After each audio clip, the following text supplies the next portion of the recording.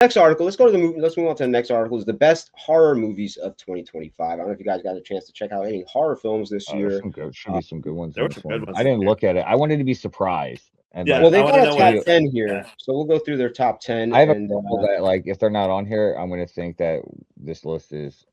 Did you get this from Screen Rant again?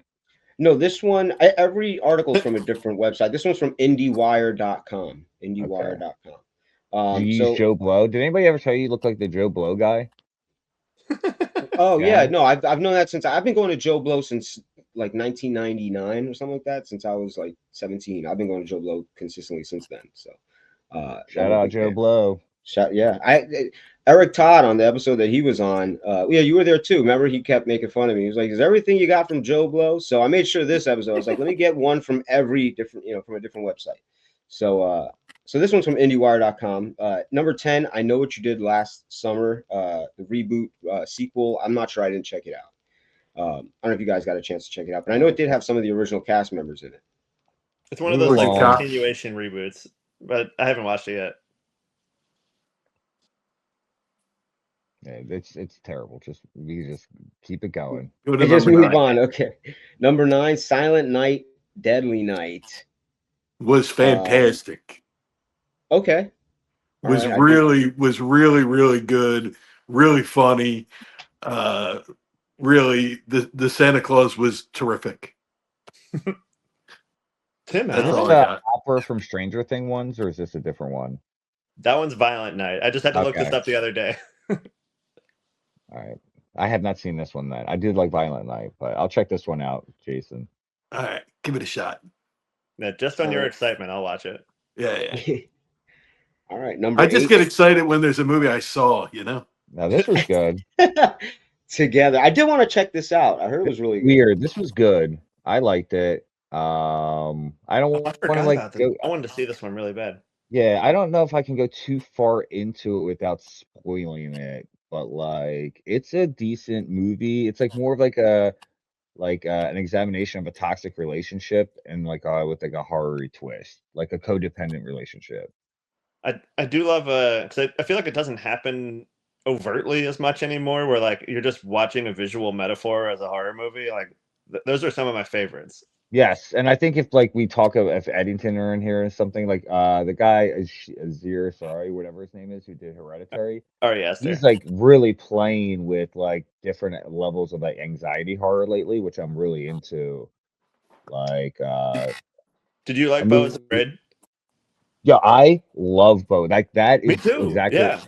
I love and recommend Bo is Afraid to so many people. And it's such a crazy like movie, and it's like 8 different movies in one. I love it. No, it's hard because I like want to prep them, but I also want them to go in like totally blind. No, I just tell them going blind. I'm like, yo, just set out 3 hours of your day and just get ready to go through like the Odyssey and like a weird like panic attack. Yeah, and I think once like the hype of coming off his first two dies down a bit, they'll be like, "Oh no, this is actually a really good movie too." Like, Yeah, well, it's like most people that like either like it in parts, like they'll like the first act, second act, third act, and like not really dig the other ones. I think the first act is so like gripping, and yeah, I then like think everybody just needs to watch it one more time because when you see it all yes, the way through, you'll start to catch stuff early that you weren't realizing was like actually really relevant, and like it comes together in like a really yeah, cool way when you know it all together. it's like either watch it and then watch like a YouTube video breakdown of it, or Yeah, just watch it twice, and then you can like, yeah, it's a really if you guys haven't seen it, I can't recommend it enough. this is Well, it just in seems case Eddington does show up on the list. Yeah, yeah, because then I would just be like Eddington, unfortunately, is like would be on my one of my disappointments of the list, and maybe I have to watch it like another time, but I've seen it like twice, and both times it just did not like it. Yeah, I can't bring myself to go back there just on timeline wise. So like I'm past that now. I need either more distance or I'll just never see it. Yeah, it's like kind of like just a subplot to it. It doesn't like really dominate. It's like kind of yeah. I don't know. Have you seen it yet or no? I haven't yet. Yeah. It's not like COVID is like and like the lockdown aspect is like the main plot aspect. It's more of like I don't know. It's just like a more of a backdrop. Okay, that's more encouraging then. A lot of Yeah. people are just like, it just puts you back there. I'm like, I don't want to go back there. Yeah, it's not like it doesn't really focus on like the isolation aspect of it or anything that would be like Okay. more like but yeah, definitely Together is good. Oh, thank you so much. And did you drop them? Oh, okay. All right. The next film, number 7, is Heart Eyes, which I did get a chance to see. I did see that one, and I loved it because it's a generic slasher film. Any kind of mass slasher film is right up my alley. I'll always see them, and I'll always check my brain Thank at the you. door and have fun with them. You know, it's always one of the cast members that you didn't know it was. Yeah, these are movies that I mean, I honestly I forget a lot of this one if it falls in line with it. I think this one kind of like specifically doesn't, but like this type of movie has like the famous person problem where you're like, oh, that guy was only in it for 5 minutes at the beginning. Like, Yeah, but they yeah, did the this Scream one was fun. thing. Yeah. The best Um, example of that I can think of is the OG Doom movie that like advertised The Rock was in it. And Oh yeah, spoiler alert, he and he's fucking not in dies it within like mostly. the first 5 minutes. And I love Carl Urban or Carl Urban. I think he's a great actor, and even at that time I liked him. But I felt so deceived, like when I watched that on Blockbuster DVD. It's I the thought I Psycho wasted my effect. Don't rental. tell anybody you've seen it. Yeah, well, Hard Eyes, just another cheesy horror film that I had fun with. You know, like I said, it's one of those very generic films, but it's not generic enough where you can guess everything and you're just like whatever. It keeps you going. It's got the jump scares in there, and I guarantee there'll be a sequel. Hard Yeah, Eyes like 2 next Valentine's Day. they definitely set it up to just keep going and going and going. They were like, oh, it's this guy. No, it's not. Oh, it's this guy. No, it's not. Oh, it's this guy. No, it's not. Oh, it's this guy. Honestly, that's why I don't remember. I'm like, which one was the last twist? Like, I don't remember who did it. All right, well, number 6, we've got The Ugly Stepsister. I don't know if you guys check this out. Oh, you know what? I've been looking at No, I this. don't know I this have one. not seen it. No, I haven't either. I've been passing it a lot on a streaming app that I have. It's got a provocative cover to it that like catches my attention. Nothing like obscene. It's just like it's got a picture. See how her face is all like mangled up there. Like it just catches my attention. I'm gonna eventually move like 2 weeks from now when I have all this time off from work for the next couple weeks. Like this might be on the menu. Well, it says here after The Substance made it to the Oscars last year, feminist body horror movies carry extra cultural heat. Now, we just talked about Together, and what I didn't mention was I just watched this Substance. Well, I had just watched The Substance before I saw the Together trailer, and I kind of thought they were similar in a way with the gruesome, the grotesque body stuff. And it seems like with Ugly Stepsister, body horror is becoming more and more popular, at least this year. Yeah, I think it's being used like more like like less of like the Saw level of torture porn of body horror and into more of like a cerebral, like metaphorical body Artsy horror. fartsy kind of. Yeah, like I said, like with Together, it's more about a codependent relationship, and like the body horror of that is like part of that. And then like Substance is more of like the aging process of like what it is I would feel like from a woman's perspective to be aging in an entertainment industry. And they use this like the Cronenberger aspect of it as like parody to that. I don't know, or maybe I'm looking too deep into it. I love The Substance. I really enjoyed that film. I love The Substance too. Not like till the last 10 minutes of the movie, right? Yeah, no, yeah, definitely. They kind of just give up. I It definitely becomes a agree Guar on music video at the end. Yeah, Is yeah. sort of my feeling. I think that's kind of what like locked me in on my opinion with it. Where like I wasn't sure because like some of it was just kind of happening. Where it's like, oh, we're just trying to get this to be feature length, but then it gets to that point, and I'm like, all right, we're just going crazy. Like that's fine. Like let's just go crazy then.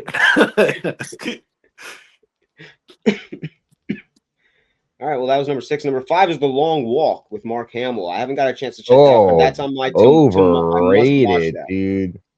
Oh, okay. All right. Overrated. Well, Oh, There was maybe so much that I loved, but like ultimately, I think I probably agree with you.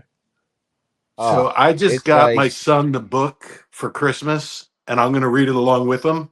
So I'm waiting to see the movie until after I read the book, which is sort of out of character for me because I'm not much of a reader, but I don't want to ruin the book. All right, so we shouldn't. We Yeah. should just skip along before we. No, we no, no, spoil your no, book. please don't do Yeah, we It's don't that. want just to spoil everything you chapter think it 2. is, it is. Everything you It think just- they're gonna do on this walk, they do. You know, like It just it's straight so- ahead, and like they set a tone early on to be like, this is gonna be rough, and then it is rough, and you're like, great, got it. But yeah, you know, the two guys at the front of it are awesome. They're so yeah. I good. think in the this acting's movie. great. Yes, the act. I'll give it that. The acting's great. I just was like not like the story was just so like predictable, like almost straightforward. Like the walk is straightforward, the story straightforward, and I feel like the messaging. I think they miss on it. Like, Yeah, but the stuff that they kind of add I in wouldn't to watch it again. yeah, they give it like, you know, that extra plot more than just, you know, these people struggling on a walk, and like that stuff is what kind of throws it for me. Like if it was just them walking and, you know, having to deal with that and the bond and all this kind of stuff, because that stuff was riveting, and then it's like, oh, here's the rest of the story. It's like, I don't care about the rest of the story. Yeah, I give you that. Yeah, I agree. Yeah, Five, that. top five, no way. Together's way better than this. I'll say that much. Well, I'm number sure that Santa 4. Claus movie is better than it too. Number 4, we got 28 years later. It's the part 3 installment to the long-awaited Are they not gonna threequel. have mine on here? That would be crazy. 28 years later. I didn't get a chance to check it out. Nor do I think I want to. It's I good. I like it. It's Okay. definitely not like in the vein of the other 28 movies. Like 28 Days Later is like super straight zombie movie.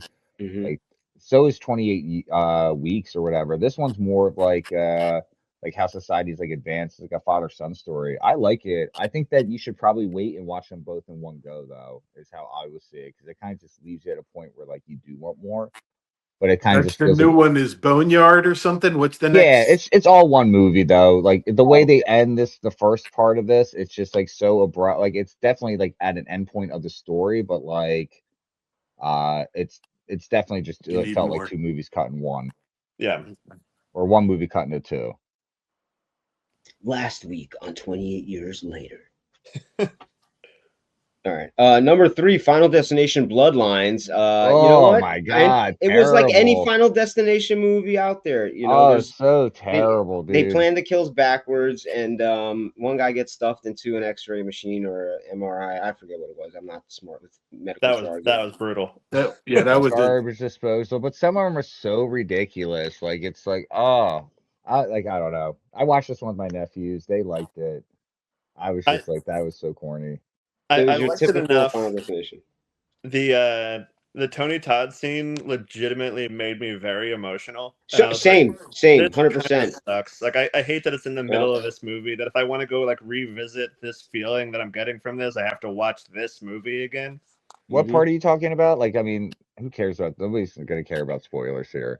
I mean, it's nothing significant. It's just that Tony Todd was in all the movies, and they found a way to get him in, and then he died before the movie came out. So Yeah. like, it's like the And last. his Oh. words in the film are so powerful because it kind of goes with exactly what him passing away. It See, I'm is not that definitely deep in very the Final emotional. Fantasy or the Final Destination lore, so that shit probably went right over my head.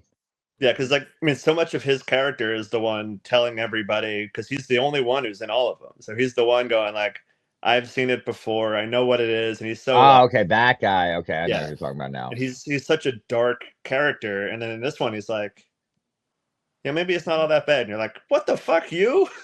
Yeah, and then he passes away right after saying those lines. And like clearly he knew this was going to be the last thing he did, and like Yeah. that's disappointing that it was this, but like it's a great scene. Mm-hmm. Definitely a respectable farewell. He did so much. He gave us so many memories and so many films, and I feel like it was very good monologue. Of course he had a lot of lines, but there was one monologue specifically that I felt like it definitely wrapped up everything, like his whole film. Not I don't know how to say it correctly, but it like wrapped up his film career in a way. Oh yeah, there's Like definitely it ended his I film career feel perfectly. Candyman at this. Like Yeah. So that's number, what was that, number 3? Let's go to number 2, which I think is going to be a battle between 1 and 2. And of course, number 2, they got Sinners up here. Yeah, the 1 and 2 was clear, I think. Yeah, we both knew that number 1 and number 2 were going to be. Number 2, Sinners. I loved it. I saw it twice. You know, I don't go when a movie comes out. If I see a movie twice, that means I know I loved it. I like a lot of movies, but Sinners I loved. You know, it was definitely something that we haven't had in a while. I guess maybe that's what it was. You know, and I'm a huge fan of like the original John Carpenter's vampires, Dusk Till Dawn. I love stories like that. You know, where people are kind of trapped and there's vampires out there. I love those stories. So of course, Sinners would be right up my alley. And then with the fact that Michael B. Jordan just does such an incredible job playing both characters, playing both brothers, you know, that just adds more to it. And yeah, I mean, of course, there's things I could probably say I didn't like about it, but right now, I'm going to say it was definitely Number one or 2 two. worthy. Yeah, number 2 worthy. Maybe number 1, number 2. Maybe my number 1. I have to see You what know what? number I might one say my is. number 1. I would say my number 1. I mean, if I were to go off of my list that I've been kind of keeping as the year went, like right now I have these 2 movies in this order, but like it's, you know, 7 and 8 of my top 10. Or Damn. this one and the next one. There's one movie. This has to be number 1, I guess. For the I horror don't know what movies of number 1 is. 2025? Yeah, I'm looking it up right now to see if this movie I'm thinking of is from this year. Oh, it is. I feel Okay. like All right. number 1 has to be, like, there's no doubt about it what number 1 is to me. Well, let's go right to number 1. Let's go right to number Yeah. 1. I love 'Cause we Sinners. know- Like my top 3 is like to go. Oh yeah, it's definitely what. All right. Weapons, No, my okay. movie's not on here, so we'll touch on that after we talk Oh, about good. weapons. Yeah. I can't Weapons, believe this wasn't on there. yeah, I love Weapons. There's nothing if I was to say anything bad about Weapons, is that I knew they were gonna try to make money off of it and make a prequel or a sequel, and they did. They already greenlit the prequel. I'm hyped. That's the only for a negative thing prequel, I could say. honestly. I'm glad it's a prequel and not a sequel because there's definitely juice to be squeezed in that like lore from that. Oh, 100%. And the aunt watching her go, I'm into it. I would like to see where they go down that road. Yeah, I do like seeing her where you know that like whatever she does, she's gonna succeed. So like I'm into like all of her previous successes in like torturing and tormenting. Yeah. I can say that this film had the most mind-blowing trailer of the year. Probably of the past like few years. Because when you see all the trailers, you're like, what is going on here? I need to know more now. Like that's how good the trailer was. I think like it did for all of sense too that like it could be funny where you're like, all right, so it's creepy, but something isn't played for horror about it. Like it's like this could be very silly, but like in a good and like considered way. So like every part about it got me like so on board. Yeah. I personally love it because shout out Whitest Kids You Know. I'm Trevor Moore. Like I'm just so happy that that group or people from that group are succeeding. I can't remember the director's name, unfortunately. Yeah. Zach Greger. Yeah. Well, yeah, Weapons is good. I like the slow reveal, as Danny was saying, like where it's like you got it from a perspective and it kind of like just slow burned you. Like it was sufficiently like tension building where like each individual story as like the story progressed, like just got better and better and like more of it got opened up. Yeah, like I don't love this type of storytelling. Like we're going to tell you as much as we can here, and then we're going to go to an entirely different person. Because I tend to get like attached to main characters. Like even if I don't like them, it's like I just want to stay with them and see where they go. So when it shifts perspectives, I don't usually kind of stay on board. But this one had me locked like the whole way. Oh yeah, they were able to kind of go back and forth seamlessly, and you kind of it's one of those films that when you get the other you get to see through the eyes of the other character, you kind of get excited because you know what's coming. Like, oh, this is the part where this, like, you know, like you kind of know what's going to happen, but at the same time, you're very excited to see it from the other person's perspective.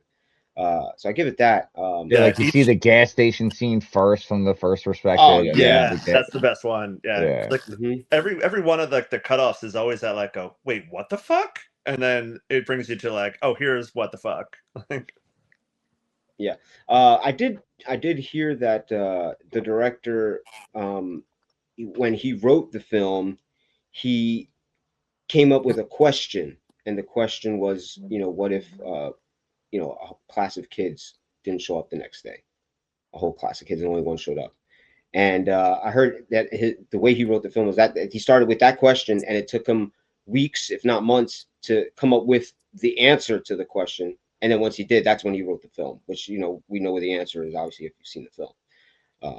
Not trying to spoil anything for anyone who hasn't seen it. But yeah, so I thought that was very interesting. And it did, as someone who likes to dabble in writing stuff myself, that when I did hear that, I was like, let me challenge myself with the same kind of thing. And I am currently kind of doing the same thing, where I asked the question and I answered it recently, and now I can finally write the story for it. So I'm glad you phrased it that way, because when you started to say that you dabbled in, I thought you were going to say that you dabbled in the occult, and you were trying to find a way to weaponize a bunch of kids.